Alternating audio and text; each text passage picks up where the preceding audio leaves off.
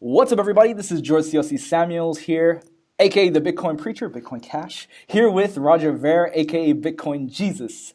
So we got the Preacher and Jesus here today, a match made in heaven. Now, Roger needs no introduction, but if you are new to the space, Roger has been involved with Bitcoin for the past 7 years. Has it been 7 years now? Yeah, a long time. It'll be 7 years, right about any day now. It's 7 years. Yeah, that's crazy. So, OG, who was one of the first people to invest significantly into Bitcoin. He's a successful entrepreneur, the founder of Bitcoin.com, and is also a well-known Bitcoin Cash advocate. And we'll go into why that is for those of you who are new to the space. But Roger, welcome to the show. Thank you, George. Now, to get us started, Bitcoin Jesus.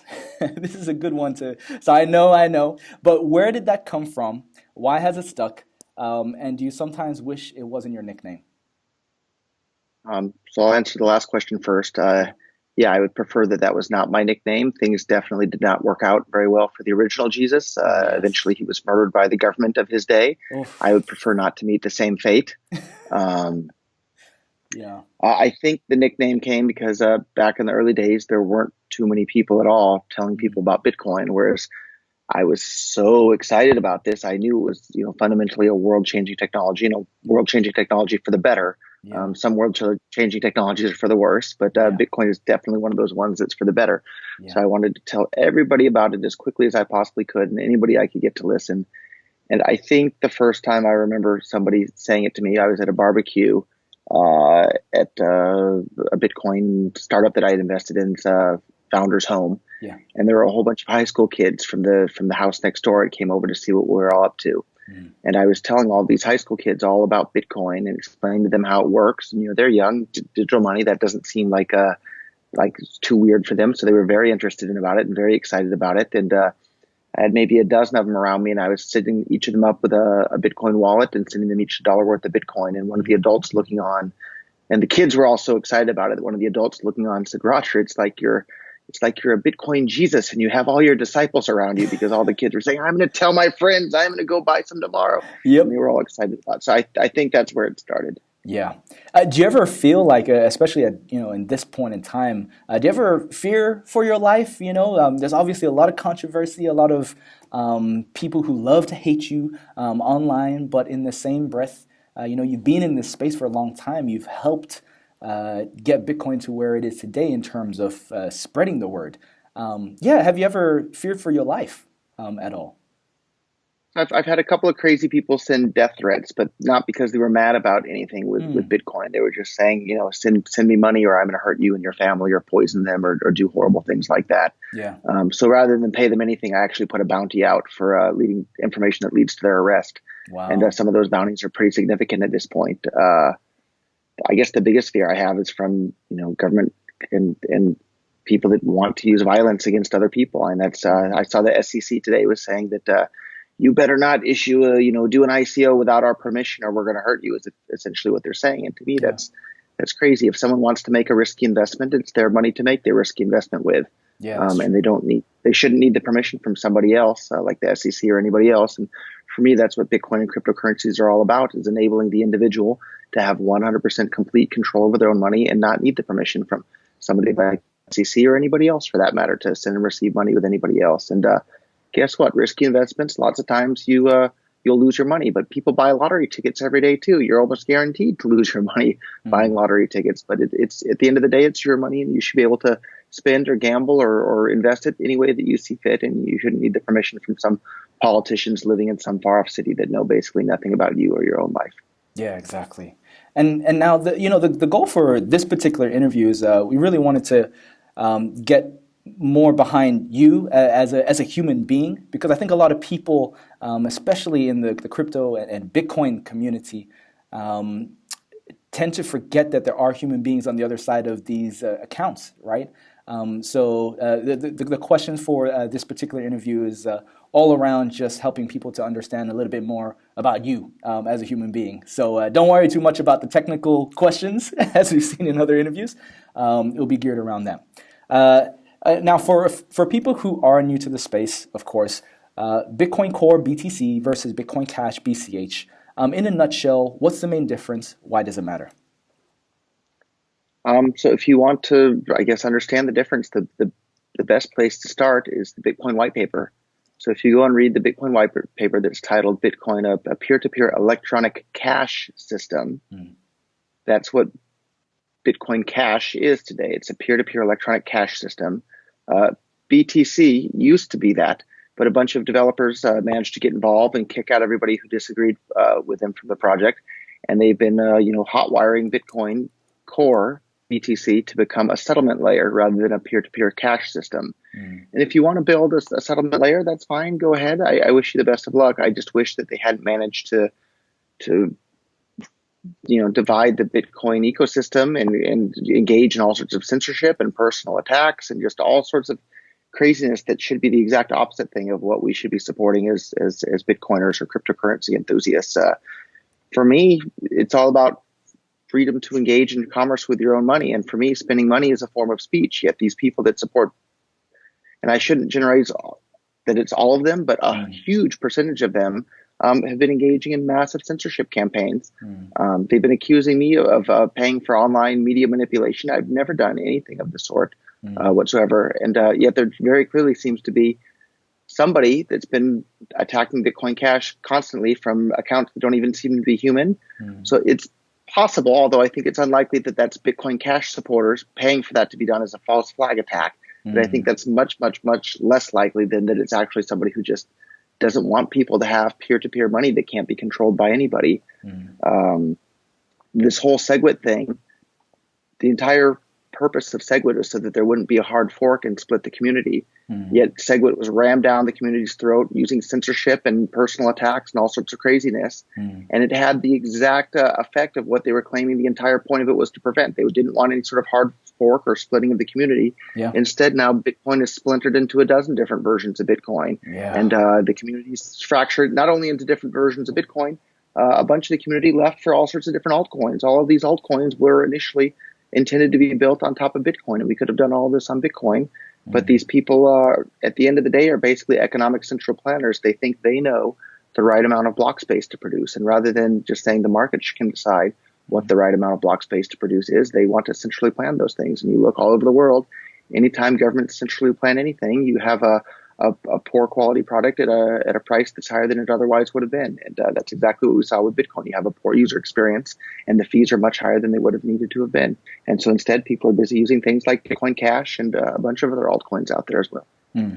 It's a good segue into the next question that I was going to ask around sort of holistic thinking. One thing I've noticed personally is that I find a lot of the influencers and the folks in the Bitcoin Cash space, they tend to think holistically, not just from a developer-led narrative, but from a business mindset, economic, and how has that influenced, I guess, the debates around BCH and BTC? Because in my opinion, it seems like the BTC side is very much a developer-led narrative, and from what I know about developers, they're very good at handling complexity, but sometimes the solutions end up being unnecessarily complex as well. We hear Craig Wright talk a lot about like Bitcoin, being very simple in terms of the network, etc. How has that influenced the types of debates that you've had with folks? I think I'd kind of reject that premise that Bitcoin Core is all the developers. There's a whole bunch of developers that are fans of Bitcoin Cash. Craig Wright, of course, Gavin Andreessen, Jeff Garzik, Amaury, how do you say his last name, of Bitcoin Cash as well. The one thing that I have noticed, though, is it seems, if I were to make a generalization, the Bitcoin Core supporters don't seem to actually use Bitcoin as payment. They don't seem to have Bitcoin wallets on their phone. They don't seem to buy and sell things for Bitcoin. They don't seem to actually use it for anything other than, quote unquote, a store of value. And a lot of them don't even have much, value to store in that. Whereas Bitcoin Cash supporters, these are people that are trying to use Bitcoin in commerce every single day. That's why we see the Coinbases and the blockchain.infos and the BitPays of the world, and people that are actually using Bitcoin in commerce to enable people all over the world to be able to engage with each other financially. These are the biggest Bitcoin Cash supporters because they know that it's supposed to be peer-to-peer money. And Bitcoin Core today is not. Bitcoin Cash is. So that's why I'm a fan of Bitcoin Cash. I don't wish any ill will to Bitcoin Core. I wish they hadn't divided the network and engaged in all sorts of censorship. But at the end of the day, maybe their plan will work, but it's untested. And talk about an incredibly reckless thing to do is to risk and pivot the biggest, most popular cryptocurrency in the entire world from a path that we knew had been working incredibly well to provide people all over the world with fast, almost free payments. And they've destroyed that in the hopes of creating something that maybe that something they create will work well, but we don't know yet. So why on earth would you destroy something that was working incredibly well and take that giant risk and talk about an incredibly reckless thing to do? And we've seen the results of that. Bitcoin's market share from before the split of Bitcoin into Bitcoin Core and Bitcoin Cash went from like 95% market share down to around 30% market share today. And not only that, if you take a step back and look at the big picture, there were all sorts of businesses with hundreds of millions of users that were looking into integrating Bitcoin into their platform. But when they did the math with the 1 megabyte block size, they realized there was no way they could onboard all their users. It would overload the network. And then eventually, just through natural organic growth without these 100 million user plus companies coming on board, we still overwhelmed the network. And then the fees rose to be sky high. To like at one point, it was $50 was the average fee on the network. I've paid thousands of dollars per transaction many, many, many times because anybody who's running a business, you receive lots of little payments from your customers, then you send out bigger payments to your suppliers. So if you have the way the Bitcoin transactions work is for every single input you have into your payment, you're paying the fee based on that. So if I receive payments from 100 customers and they want to pay one supplier, the fee could be, $5,000 for that. And I paid several $1,000s for single Bitcoin transactions before. Guess what? When you're paying $1,000+ for a single transaction, you're going to look for alternatives. And that's what all the businesses in the Bitcoin ecosystem have done. And it didn't need to be that way. But they managed to do that through censorship. Anybody that's not aware of the censorship, go on Google and Google, Bitcoin censorship, and your jaw will drop when you see not only censorship, but just plain like deleting posts to make it look like people meant the exact opposite of what they actually meant. It's just absolutely insane that people would engage in this. And then pretty clearly somebody's been paying for all sorts of attacks on anybody that opposes their narrative. So there's been paid people on the internet to attack these sorts of things. That's not how I do things in my own world. And, there's been a lot of conversations around how, sort of like the original, not enemy, but the original game that we were playing in the Bitcoin space was kind of against, Visa, MasterCard. Do you feel like now with the hundreds or thousands of altcoins that are out now, it's become a distraction for, like the original intention, original game that we were playing? So my original intent with getting involved in Bitcoin was to spread adoption as far and wide as quickly as we possibly could. So everybody would be using Bitcoin or cryptocurrency as money. And you wouldn't really even need anything else at this point. People would just be using the cryptocurrency on chain right there at the base layer. And I think that was the original intent of Satoshi Nakamoto as well. And just about everybody else that got involved back when I was originally. We've lost that first mover advantage now. Now governments are really paying attention. And I think the adoption rate of Bitcoin was delayed by years. And hundreds of millions, if not 1 billion plus users that would have been using cryptocurrencies already aren't because of the infighting within the community and the stuff that happened. And so that's really frustrating. And we see, the SEC is the latest, government entity that's really going crazy about things, but all sorts of other government entities are going crazy because if you had a magic money printing machine in your basement and you could print as many dollars as you want at any time for any reason to spend on whatever you want, and suddenly somebody was devising a system where people wouldn't need to use your dollars anymore, you might not be so happy about that. And I think that's part of what's happening with governments. Governments have loved having a monopoly on the ability to print money, and then they spend it on whatever the heck it is that they want. Oftentimes it's they spend it on dropping bombs on people in other countries. Suddenly now there's this tool that takes all that power away from them. You better believe that they're not happy about that power being taken away from them. But we need to move as quickly as we possibly can to take that power away from them because it's used time and time and time again. It's used for evil around the world. And if you want to limit the amount of evil that evil people are able to do around the world, we need to strip away their power. And at the end of the day, evil people often are the ones that rise to be the heads of states and to drop bombs on people and kill people all around the world. Well, let's take away their power to do such things. Cryptocurrency is the best tool the world has ever had to do that. That's why I'm involved. That's why I'm here. I'm in the Caribbean. I could be spending all day, relaxing on the beach, sipping a martini, but no, instead I'm in the office here working hard every single day to give people the tool to have complete control over their own lives, because I don't think that people need to be bossed around by people in some far-off city that they've never met and know nothing about. Yeah. And speaking of regulations, have you been hearing about the controversy surrounding Tether and Bitfinex at all? I have been hearing a bit about it, although who knows? If you don't, in my book, for the most part, if you don't like Tether, don't use it. Yes. Exactly. My advice from day one in regards to Bitcoin stuff or cryptocurrencies: hold the money in your own wallet that you control. Don't use a Bitcoin bank. Use a real Bitcoin wallet in which you control the private keys. If you don't have the private keys to spend your funds, you don't have your funds. You've entrusted them with somebody else. And cryptocurrencies make it so you don't need to trust anybody else. Hold the money yourself. So get a Bitcoin.com wallet, get a Trezor, get a Ledger wallet, get a Copay wallet, a blockchain.info wallet. Any of these are real wallets. Coinbase is a fantastic company. They make it super easy to buy and sell Bitcoin. Same with Zappo and a bunch of these other Bitcoin exchanges, but realize that they're Bitcoin banks. They're not Bitcoin wallets, and there's a very, very important difference. Yeah, that's an important note to make. My startup friends were asking about your pitch. They noticed that in your interviews that you have a very consistent pitch when it comes to Bitcoin, and you've held that for the last 7 years. Where did you first learn how to pitch properly, if you did learn from anyone or anywhere? And why does consistent messaging matter when you're trying to spread the word about something? What could others learn from it? So for people that have already, seen some of my other videos or met me before, you do notice that you're hearing the same thing over and over and over again. But the reason I'm repeating those things over and over and over again is because they're incredibly important points.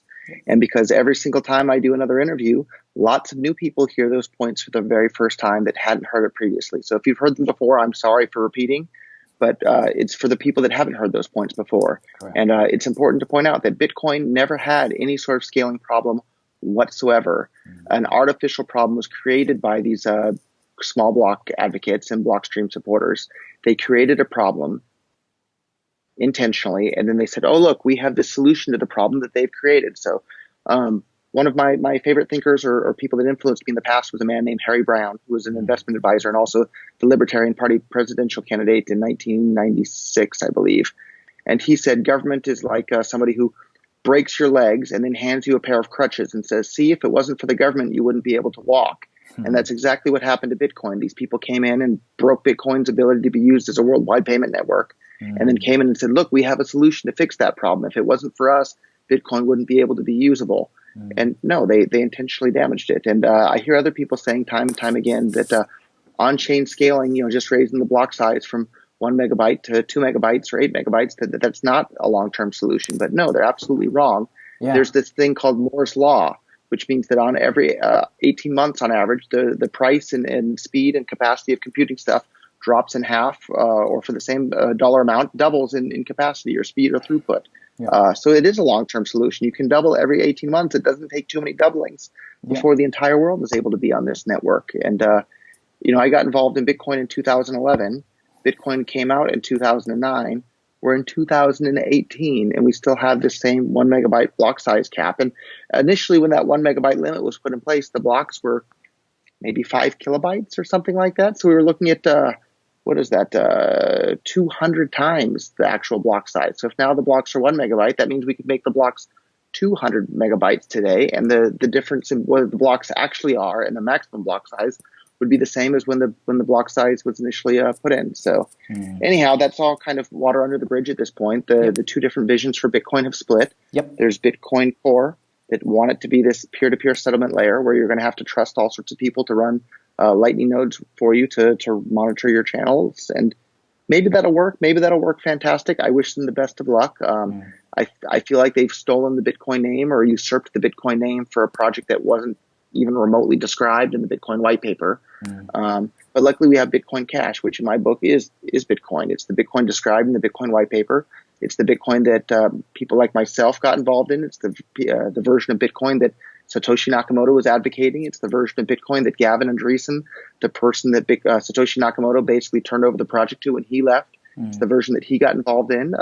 It's the version that almost everybody that got involved in the early days was involved in. That's why you see all these people that were involved in Bitcoin in the early days are supporting Bitcoin Cash. Another great example of that is the Twitter ID at Bitcoin. I know who it is. He doesn't want to be attacked personally, but this is somebody who got involved in Bitcoin in 2009. He's one of the earliest Bitcoiners ever. And he supports Bitcoin Cash, right? Because he told me, Bitcoin Cash is the version of Bitcoin that he signed up for and wanted to get involved in. It's the same for me. Bitcoin Cash is Bitcoin. Bitcoin Core is something else, and I wish them good luck, but I don't wish them good luck when it comes to the censorship. I don't wish them good luck when it comes to the personal attacks.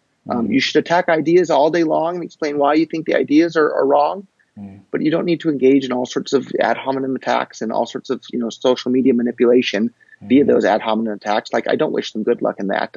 I wish them good luck with their payment network, but they need to stop the censorship and stop the personal attacks.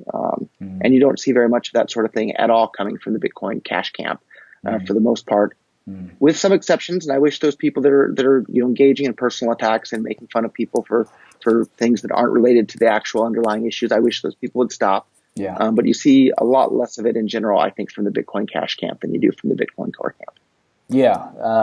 Definitely try to focus more on the doing part, right? To work on active projects that will help increase the adoption of Bitcoin Cash. But it's one of those things too, free choice, free will. Hey, hard to stop, everyone from engaging in those type of activities. That's the dilemma sometimes. You mentioned the internet sometimes. That's the internet. Oh gosh, right? After a while, get sick of it. You just need to shut it off sometimes. Not read all those comments. So you mentioned libertarianism. For those who, of course, are not familiar with libertarianism, what's the basic premise of it, and how has that influenced the inception and growth of Bitcoin? So I guess there's maybe two kind of paths to coming to libertarianism. Yep. Lots and lots of people, and myself included, I originally became, I was definitely not born a libertarian. I was kind of agnostic, I guess, in regards to politics and government in general, until I started picking up some economics books. And the more economics I studied, the more and more I realized that the free market is the best way to improve the lives of every single person on the planet. And free trade makes everybody better off. And anytime the government gets in the way of people engaging in, consensual activities, it makes them worse off, and it makes the world worse off as a result, and it retards the rate of economic growth of the entire world. And so the more economics I studied, the more of a libertarian I became, until finally I realized that, my God, the entire world is being held back from being as good of a place as it otherwise would have been if not for governments, getting in the way and preventing everything. The entire world would be a better place. And that applies to everything, like even minimum wage laws. And I just saw the U.S. Trump, put some 30% tariff on solar panels being imported to the United States. And you see a bunch of people, economically ignorant people, saying, yeah, this is going to create so many American jobs. This is great. Well, I guess 2 points in regards to that. Like, why should you care more about a stranger living in one part of the world than a stranger living in another part of the world? A stranger should be a stranger, no matter where they live in the world, and you should care about them equally if you've never met them. And then 2, you can't make the world more prosperous by cutting it in two. And that's exactly what you're doing when you're making it hard for goods to move from one part of the world to another part of the world. You're basically dividing the world into two pieces, and that doesn't make the world a better place. Free trade, and trading with other people make the world a better place. So by limiting the amount of trade people can engage with, you're retarding the entire world's rate of economic growth, and that's a really, really frustrating thing. And so anyhow, through studying economics, I wound up realizing that, wow, we need to get government out of the way so that entrepreneurs and businesses can help make the world a better place. The other path to come to libertarianism is you just kind of realize that you own your own body and nobody else owns your own body.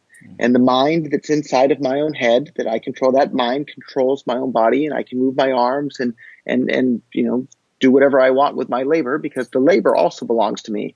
So if I go out into the state of nature and find something that was previously unowned by anybody and mix my labor by, tilling the ground or digging up gold out of the ground or something from something that was previously owned, I've mixed something my labor that I own with something that was previously unowned. And then that item that I've now mixed something that I own my labor with now becomes my property, because previously it was unowned. Now my labor has been integrated into it. Now it becomes mine. So then I can trade whatever that is with anybody else's property as well. And so to have some group of people that live in a far off city like Washington, D.C. or London or Beijing or Pyongyang tell me that I don't own my labor and I don't own my body. Well, if I don't own it, well, how do they own it? Why do they own me? There's three options. Either everybody owns themselves, everybody owns a little bit of everybody, or nobody owns anything at all. And the only one that seems consistent at all with the world we live in is that everybody owns themselves and owns their own body. So I reject, at this point, I just completely reject the idea that anybody should own anybody else, and that any politician or government person in some far off land should have the right to tell me what I can or can't do with my own body or my own labor, or the things that I've produced with my own labor or traded peacefully with other people for. And there's a fantastic book that sums this up very, very well. It's called The Most Dangerous Superstition by Larkin Rose. And basically it just points out that this is just a giant myth. People are brainwashed from a very young age to believe that these other people have the moral, legitimate right to rule over us and boss us around. And another, example of this brainwashing is, for anybody in the United States, they refer to all the politicians in Washington, D.C. or Congress, they refer to them as our representatives. Well, what kind of representative claims the right to steal half your income and throw you in jail if you don't give them half your income, and then make all sorts of laws that you have to obey, and if you disobey, they'll throw you in jail? That's not a representative. That's a master. Yet they all tell us to call them, it's my representative in Congress. No, they're not. They're your master. And if you had truth in language, you'd be calling them your master, not your representative. But everybody's brainwashed from a very young age into thinking that they're your representative. No, think about what the definition of a representative is. It's certainly not somebody who takes half your income and bosses you around. Yeah, far out. It just makes me think about the brainwashing, right? A lot of this thinking has been ingrained so much that it is almost tradition, right, for a lot of people to have that sort of relationship. Interestingly enough, so are you still living in Japan? I split my time across a couple of countries around the world. Yep. Primarily in St. Kitts and Japan. Those are the two where I spend the most time. Yeah. So it reminds me even in places like Japan, you look at their feudal history and their samurai history, right? There was a master-servant relationship as well. Having lived in Japan now, do you see that those type of relationships still play out in the culture of Japan? Of course, it may vary from different parts, but what has been your observation in that part of the world? There's kind of an expression in Japan that the nail sticking up gets hammered down, or something to that effect. And I think that's pretty darn true in Japanese society. Being a Japanese person born in Japan, which I'm not, obviously, but for Japanese people born in Japan, growing up there and living their whole lives, there's just an immense amount of pressure for them to conform with society. And being a foreigner living in Japan is absolutely wonderful, because you have the foreign card you can play, that you didn't know any better. You didn't have to conform because you're not Japanese. You're not from there. And so you kind of get a free pass on a lot of things. Whereas if you were a Japanese person born in Japan, there is an immense amount of pressure on conformity there. But even in the U.S. though too, I'm embarrassed today that I had these feelings. But every single day growing up as a kid, you said, at least when the schools I went to, we said the Pledge of Allegiance every single morning at school. And then when I got into high school, I remember that there was one Native American girl who didn't stand for the pledge. She would just stay sitting down. And today, my viewpoint is good for her. She was the only one that was right at the school. But at the time, me and my other friends would just look at her and we just felt this anger, how dare she not stand and respect the flag and show appreciation for this thing. And we were literally really, angry inside that she didn't have this same blind worship and obedience for a stupid piece of cloth. And today I see that I should have been sitting down too and not participating in any of that. But the brainwashing is so strong that, everybody except for her and the whole school was standing up. And wow, I wish I remember her name and could give her credit for it. But it must have been incredibly uncomfortable for her to be willing to just sit down and not participate in that, because the pressure on her and being a high school student, kids, there's a lot of peer pressure being a kid. So I'm sorry I don't remember her name, but I would like to congratulate her today for being strong enough to not stand up and say a pledge of allegiance to that flag. So hope she sees this then. Anyhow, I hope she sees this now. I wasn't, and I'm sorry, if she does see this, I'm sorry I wasn't friends with you, because I didn't know you, and I think a lot of my friends were a bit upset that you weren't standing for the flag, but I'd like to say I'm sorry. You were the one that was right, and we were wrong, and I'm sorry for that. When was I won't say exact moment, because it might not have been an exact moment, but when did the process of unlearning take place for you? At what age? What time? What moment? I wish I could say that there was a specific moment or epiphany. I guess I could name two that were big stepping stones, I suppose. One was when I was very young. I think I was probably still in elementary school, maybe fourth, fifth grade, maybe sixth grade, maybe junior high, but anyhow, very, very young.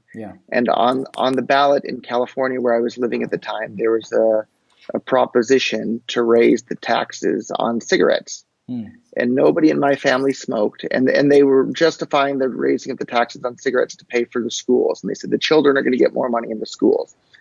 And I believe the school teacher was telling all the students in her class, like, go home and tell your parents to make sure they vote in favor of this, raising of cigarette taxes so that the schools get more money. And my mother is certainly not a libertarian. She's not happy with my libertarian beliefs particularly. But she planted a little bit of a seed there. I went home from school and I asked my mother, what do you think about the cigarette tax that they're talking about at school? And the teacher said that we should vote for it so the schools get more money. And my mother looked at me. She said, well, what do you think? And I said, well, I'm going to school and I want the schools to have more money, so I'm for it. And my mother said, And I said, well, what do you think, Mom? And she said, well, I think that just because somebody wants to smoke doesn't mean that they should have to pay more money for schools that people that don't choose to smoke. Because if you want to smoke, that's your life and your life belongs to you. Or she said something to that effect. And that made me start to think, and I saw the world a little bit differently there. I thought, oh, well, why should people who want to smoke or drink or do something else have to pay more for something? Starbucks doesn't charge you more if you're a smoker than if you're not. Every other business in the world doesn't charge you more if you're a smoker than if you're not, except for maybe health insurance. But there's a good reason for that one. But I think that made me see the world a little bit differently there, even at a young age. Paradigms. This has become almost like a recurring theme I'm noticing for a lot of people who get involved in crypto. And one person even said that, and this is tying back to what you were just talking about now, but a lot of people say that getting into crypto is like taking the red pill in the Matrix, right? It's like once, or Bitcoin, right? And once you've gone down that hole, like there is no turning back. Was that a similar case for you when you first learned about Bitcoin? Or was it just part of that natural process, as you were talking about? No. Well, I had already read, all about online anonymous digital cash in theory from people like David Friedman, and then in like other science fiction books and that sort of thing. So I had been waiting around for online digital cash to come into existence since like the late 90s. And then when I heard about Bitcoin, I was like, yes, this is finally here, this thing that I've been waiting for that's going to empower the entire world to have more freedom. It's finally here. So like for me, I was already down that rabbit hole waiting for the rabbit hole to be opened up to the rest of the world. And then with the invention of Bitcoin, it was. Now everybody else is pouring down the rabbit hole with me, which is so fun. And there's a bunch of us, Bitcoiners down here in St. Kitts at the moment. And I was with dinner with a bunch of them last night, but I was talking to one of them who I knew is, at this point, a hardcore libertarian individualist, just like myself. And I thought he probably was, and he's been deep into Bitcoin for years and years and years now. I assumed that he was a libertarian before Bitcoin. Yeah. But he told me last night, no, it was because he found Bitcoin that then he found libertarianism. And he's like, the whole world just makes so much more sense now. And so I've gotten all sorts of emails and met all sorts of people like that they said it was because of Bitcoin that they found libertarianism. Whereas for me, it was because I was already a libertarian that I paid attention to Bitcoin. And I think that was true in the early days. It was all the libertarians came to Bitcoin, and now Bitcoin's bringing all sorts of new people to libertarianism. And I guess I'd like to point out that the Libertarian Party in the United States is not libertarian. It's a bunch of statists, and kind of maybe like what happened with Bitcoin Core at this point. A bunch of people that didn't believe in Bitcoin managed to take over Bitcoin Core and the name and everything else and build something else. It's the same thing with the Libertarian Party in the U.S. A whole bunch of people who aren't libertarians managed to steal the name and the organization and start running people for office that aren't even remotely libertarian. So maybe there's another parallel between those two groups. I mean, there's so many, like even throughout history, one of the analogies I use with folks, and I've heard this used a lot too, is, comparing Bitcoin to religion and Christianity and, the split between the Catholic Church and the Protestants. Is this just, something inevitable that every time, you try to get some sort of unifying vision, just naturally splits because there are people who see things differently in terms of the how and just want to split off and do their own thing? Maybe it is a natural thing, but that's one of the things that I dislike so much about governments is they force people to be together. If you don't have the same vision or the same ideas or want to live in the same society with other people, go and form your own. Be around a bunch of like-minded people. And now, thanks to the invention of cryptocurrencies, it's easier than ever before for a bunch of people that like Bitcoin Cash will get together and use it and go for it. And if you like Bitcoin Core and their plan for a settlement layer, go ahead and use it. And everybody should be free to participate in whatever system they want, and nobody should be forced to participate in a system that they don't want to participate in. And if Starbucks were to go around and force people to buy their coffee and say, you're going to go to jail if you don't buy their coffee, people would be furious and protesting in the street against Starbucks. But when governments do the exact same thing and say, hey, you have to participate in our retirement program or we're going to send you to jail, or you have to abide by our payroll tax regulations or we're going to confiscate all your stuff and send you to jail. It's not any different than when Starbucks does it, but for some reason people give them a free pass because they say, oh, that's the government. But I guess the best definition of a libertarian is somebody that doesn't make exceptions for groups of people, or there's no free pass on morality. Writing down words on a piece of paper and calling it a law doesn't change something that's immoral into something that's moral. If it's wrong, it's wrong. If it's right, it's right. And working with the building in front of with a flag in front of it doesn't change an immoral act into a moral one. Yeah. Did you see the recent, there was some government report that came out saying that Bitcoin Cash is Bitcoin from a technical standpoint. Did you see that roaming around Twitter recently? I did see that going all over the interwebs yesterday. Yep. So maybe they're right sometimes. Yeah, exactly. Although it's worth pointing out that report was paid for with stolen money taken from people against their will. And at the end of the day, I don't think that that's an appropriate way to fund things. If people want something done, people will pay for it voluntarily. If people don't want something done, they shouldn't be forced to pay for it. So, yeah. All right. Future-wise, what major trends do you see occurring for, let's say, the cryptocurrency space, and what do you predict for Bitcoin Cash 5 years from now, assuming BTC remains capped at 1 megabyte? Assuming BTC remains capped at 1 megabyte, I don't think the future is very bright at all. Yep. In fact, I'll go out on the record right now and predict that by the end of this year, 2018, Bitcoin Core will no longer be the top cryptocurrency in terms of market cap.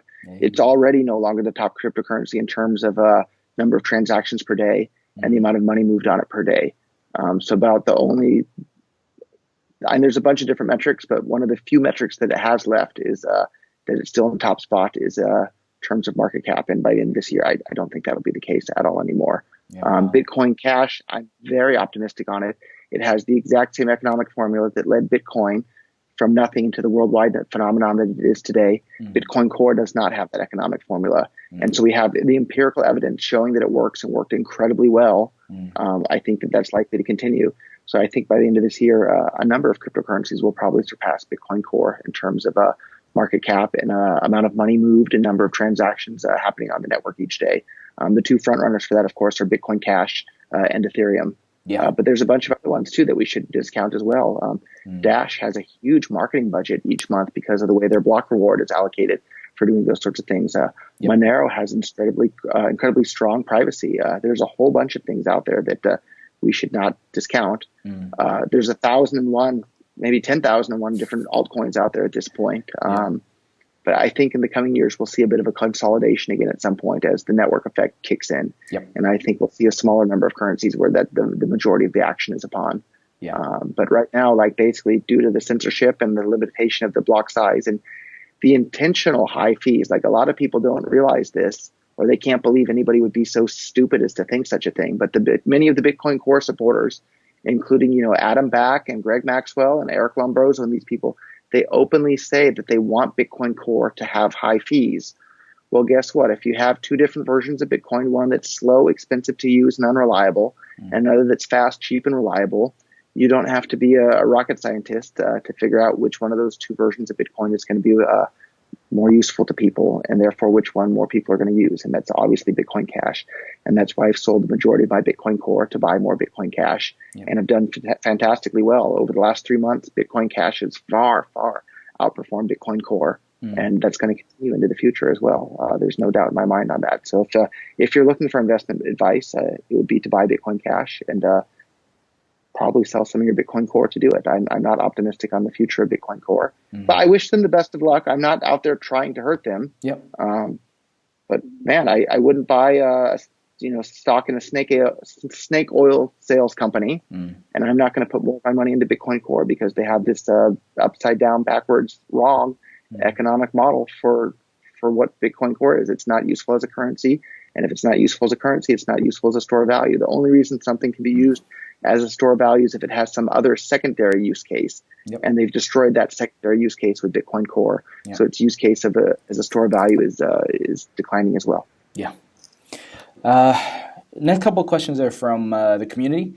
They definitely heard that I was interviewing you from the tweet that got your attention. So thanks for even agreeing to this interview from that. But first question I got here is from Jeffrey Rufino. I think we might have already answered this, but I'll ask anyways. Roger, I'm curious. Why did you choose Japan as your country and not Australia? How come you can't get back to the USA?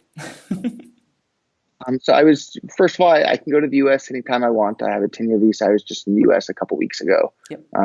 Had a fantastic meetup in L.A. on like 48 hours notice. Several hundred people showed up, all Bitcoin Cash supporters. It was really overwhelming for me because sometimes if you go on social media, you see all this hate for Bitcoin Cash, but you realize that there's a lot of those people I don't even think are real people. I think that they're just paid bots. And then there's some people that have been influenced by those paid bots. They see all this other, hate for Bitcoin Cash, and they think, oh, this must be the popular position. But no, I don't think it is. Hundreds of people showed up in LA. There's a video of it on YouTube. It was standing room only. So many people came, and these people were cheering and excited about Bitcoin Cash. The guy that organized it was an early Bitcoin user as well. So thank you, Josh, for organizing that. And I think it was really fun and informative for everybody that showed up there to see just how many people understand that Bitcoin Cash is Bitcoin. Bitcoin Cash is the original roadmap. Bitcoin Cash works. Bitcoin Core is something else at this point. And so why Japan and not Australia? I knew I didn't want to live in the U.S. Anymore. Wasn't quite sure where to go, but I'd had a Japanese girlfriend before, and it had been a good experience. So I figured that there were more to be had in Japan. But if I had an Australian girlfriend before, I would have wound up in Australia. It was just kind of just by chance that it ended up being Japan. But I don't regret it at all. Japan's an awesome place, and there's so many Bitcoin people happening, and so much Bitcoin activity, and so much Bitcoin Cash activity happening in Japan as well. The Japanese are pretty hip and smart to the fact that Bitcoin Cash works, Bitcoin Core doesn't. Yeah, why is that? Because we were talking about Japan before, about the conformist type culture. Why do you think cryptocurrencies are really surging in places like Japan, South Korea, etc.?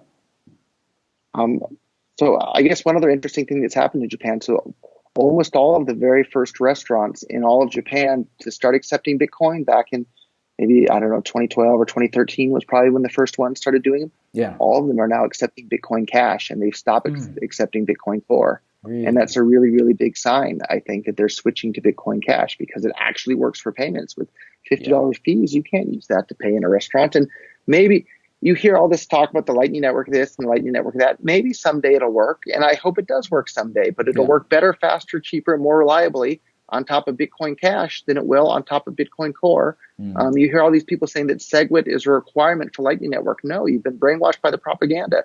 SegWit is not required for Lightning Network. Bitcoin Cash will be able to support Lightning Network even more reliably than Bitcoin Core will. So there's just so much misinformation out there where if you're not allowed to hear the truth, then you won't be able to know the truth. And that's another big problem with the censorship that's been going on in the Bitcoin Core community. Lots of people never even heard the fact that you don't need SegWit to do Lightning Network, or that the Lightning Network will work just fine on Bitcoin Cash, because they're busy censoring that information and deleting people that post that information out there. So anyhow, if people are censoring arguments, you should really, really be wary of the position that they're advocating. If they don't want you to hear something, you should ask, well, why would they not want me to hear that? What's the problem here? What's the secret? So I think I lost track of what the original question was. No, you already answered the original question. I'm happy to try and answer. But you already did. The original question was about why Japan over Australia, and how come you can't come back to the USA. So you're good. But it's a good one, a good segue anyways into the next question. And that's actually another bit of fake news. I hear all these people say all the time, oh, he's banned from the US. No, I'm not. I was just there a couple of weeks ago, and I can go anytime I want. I have a 10-year visa that's good for another, I don't know, 9 or 8.5 years, and then I can renew it after that for another 10 years. So stop spreading the fake news and the lies. I can go to the US anytime I want. Yep. And that's why it's always good. I always like to confirm directly from the source, because a lot of people seem to love bringing up conspiracy theories from second or third sources.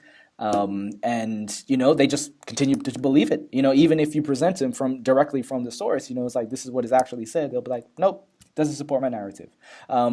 But yeah, which makes me wonder if some of those people are just people paid to push false narratives. So there seems to be quite a bit of false narratives being pushed about me. Well, I hear them say, it started all of a sudden overnight. They said, oh, Roger, you're mentally ill. You need to get help. I'm not mentally ill. I'm just fine. I'm completely sane. But all of a sudden you saw overnight all these people saying that on social media, and it seemed to be like a real deliberate thing. Yeah. And there are a couple other narratives that I've seen them like trying to push against me, and it all of a sudden turns on overnight where there's a bunch of accounts pushing the same narrative, and it's really orchestrated to me. It's really unfortunate. And I think the other thing too is that you do have people who we go back to the paradigms again, like depending on what your belief is and how you see the world, there'll be certain narratives that will align with that, and then you end up supporting it. And that's what I've noticed too, whether they're bots or not. I mean, I know real people who do support those narratives too, and it's just, the network effect, it just spreads like wildfire. Fortunately, I guess if I could also point out that that being factually correct and speaking the truth is far, far, far more important than being popular. So myself, and I think lots of other people in the Bitcoin Cash ecosystem, we're not here to be popular. We're just here to spread the truth and work on something that actually does work and is useful for people to use around the world. Whereas at this point, the honest truth of the matter is the Lightning Network is just a bunch of vaporware. It's not, maybe it'll work, maybe it'll come together, but it's not there yet. There's no merchants that are accepting it for payments. They did a little proof of concept on the Blockstream website, but even on the website, there's a big giant warning saying, be really careful when you use this. You might lose money. Financial systems are the software that needs to be the most reliable and the most secure so that people don't lose money. So the Lightning Network's nowhere even remotely near ready for prime time at this point. And that's not to say that it never will be. And that's not to say that I hate the Lightning Network. I wish them good luck, but it sure isn't ready today. And so they destroyed a system that was working incredibly well for payments in the hopes that maybe the Lightning Network someday will possibly be usable for payments. So that's absolutely retarded business practice to destroy your product that works today in the hopes that you might have something tomorrow. That's any businessman knows not to do that. Yeah. The next question we might have answered already, so I'm gonna ask it anyways, and you let me know whether we have answered it or not, or if you want to expand on it. BTC is slow and fees are expensive. However, atomic swaps and Lightning is making everything instant and free. What will be BCH's main advantage then? BCH is already instant and basically free. So it has that right now today. Yep. Maybe all the atomic swaps and Lightning Network, maybe that'll all work out, but that's years away. I don't think it's months away. I think it's years away. And life is short. I was just telling there are some other people that have been helping the Bitcoin.com team that are about half my age.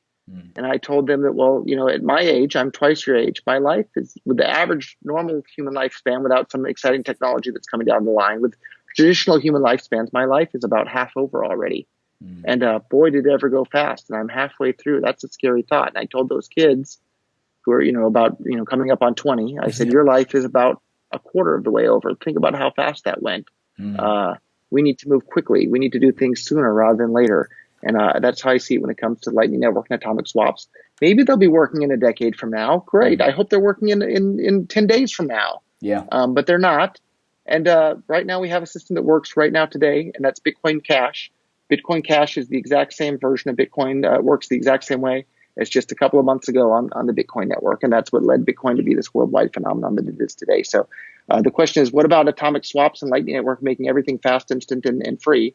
Bitcoin Cash already is basically all those things. So just use Bitcoin Cash right now today. Yep, perfect answer. Next one's from Bitcoin Tramp. I'm unsure about the man's swag. He seems to wear only the same brown suit, a t-shirt, and always Nike Air Max, black. Where the hell does this swag come from? Where does your swag come from? So I'm not sure about brown suits. I don't think I have any brown suits. I have a couple of gray suits. I like the Nike Air Max. Yeah, I like Nike Air Max shoes because they're really comfortable. Yep.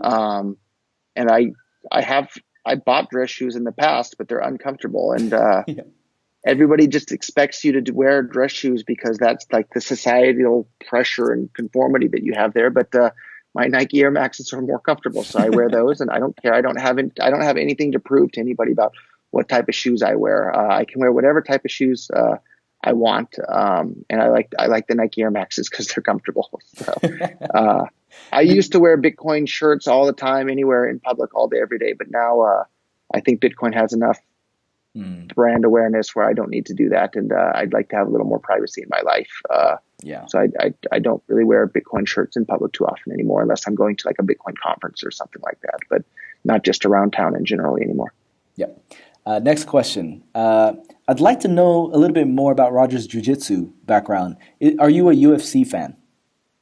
Of course, I'm a UFC fan, and that's how I got into jiu-jitsu. So I remember when I was a kid watching, UFC 1, 2, 3, and watching Royce Gracie just roll through everybody, and it wasn't even a fair fight for the people that didn't know any jiu-jitsu. So then I did wrestling in junior high and high school, and then I got into my late 20s and was having a little bit too much fun in Tokyo, I guess, and not exercising enough, and started to gain a little bit of weight. So I needed some exercise to do. And of course, it was going to be jiu-jitsu. So I started my path down jiu-jitsu, and I thought I would be okay right off the bat because of my wrestling background. But oh my God, you have no idea what's dangerous and what's not. And sorry if this is boring for people that don't do jiu-jitsu, but what an addicting, fun sport for anybody. If you haven't tried it, go and give it a try. It's fun. And here I am, like quite a few years later, almost a decade later, and I'm a jiu-jitsu brown belt. I've competed in a bunch of tournaments all over the world. Nice. And for people that don't know about jiu-jitsu, you'll think, well, you're only a brown belt and you've been doing it for about a decade. My kid brother got his black belt in karate, and it took him 18 months or something like that. Jiu-jitsu is no joke. Go in there and give it a try, and you'll see just how hard it is. Yeah. So it's a really fun sport, and I love it. And unfortunately, I'm waiting for my knee to heal at the moment. But once my knee is healed up, I can't wait to get back on the mat. Awesome. Do you have a favorite UFC fighter? Or any notable? Any notable? Yeah, I think my favorite MMA fighter, who is a little bit old now, but Kazushi Sakuraba was just an amazing fighter. For anybody that remembers him from the Pride days, was just an incredible grappler and mixed martial artist, and never a boring moment with Kazushi Sakuraba. So if I had to pick one, I think it would be Kazushi Sakuraba. Nice. All right, final two questions. If you could be any animal in the world, what would you be and why? Have you ever been asked this one? I've never been asked that question before. Bam. Any animal. I guess I'd choose the honey badger because it just doesn't really have too much to worry about. So I would like to be like that, but in reality, I think the world is a dangerous place, so I need to be a bit more careful than the honey badger seems to be. But I guess that's a fun one. Yeah, you're the first person to answer with a honey badger, so awesome work. Porcupine's not a bad one either. It leaves everybody alone, but don't mess with it also. Oh, yes. Oh, definitely. So last question. If there was one piece of advice you'd give to someone getting into cryptocurrencies for the first time, what would it be? Think for yourself. Of course, think for yourself. Yes. Look at the evidence, look at the reasoning, think for yourself. Is what this person that you're seeing on this YouTube video or on some blog you're reading, is what they're saying make sense? Don't just believe them because they have a big following, or don't just believe them because they wear fancy shoes and a fancy suit. Think for yourself. Are the things that they're saying, do they make sense? And if they don't make sense, then don't believe them. Gosh, such simple advice that I see so many people ignore, right? Last month, I think I saw the most number of new people enter the crypto space because of everything just going up, right? Folks were asking others, including myself, hey, can you handle my money for me? Can you do it for me? And I just kept telling them, no, you need to take the red pill. You need to go through the process of initiation into this space. You need to learn what's going on, because that same mentality of just handle my money for me without knowing the basics is what gets a lot of people into trouble too. Perfect advice. Okay, Roger. Well, that is all from my end. Thank you so much for your time today. You will be at the Satoshi conference, I believe. Is that correct? The one in Tokyo coming up later this year, or which one? Yeah, yes, absolutely, I'll be there. Yes, you'll be speaking. Yeah. I do believe. I saw you there. So I will be seeing you there as well. So it'll be nice to meet you in person. And all the best. Hope you get good sleep and rest. I will see you soon. Fantastic. Thank you so much. And thank you for the opportunity. Thanks, Roger.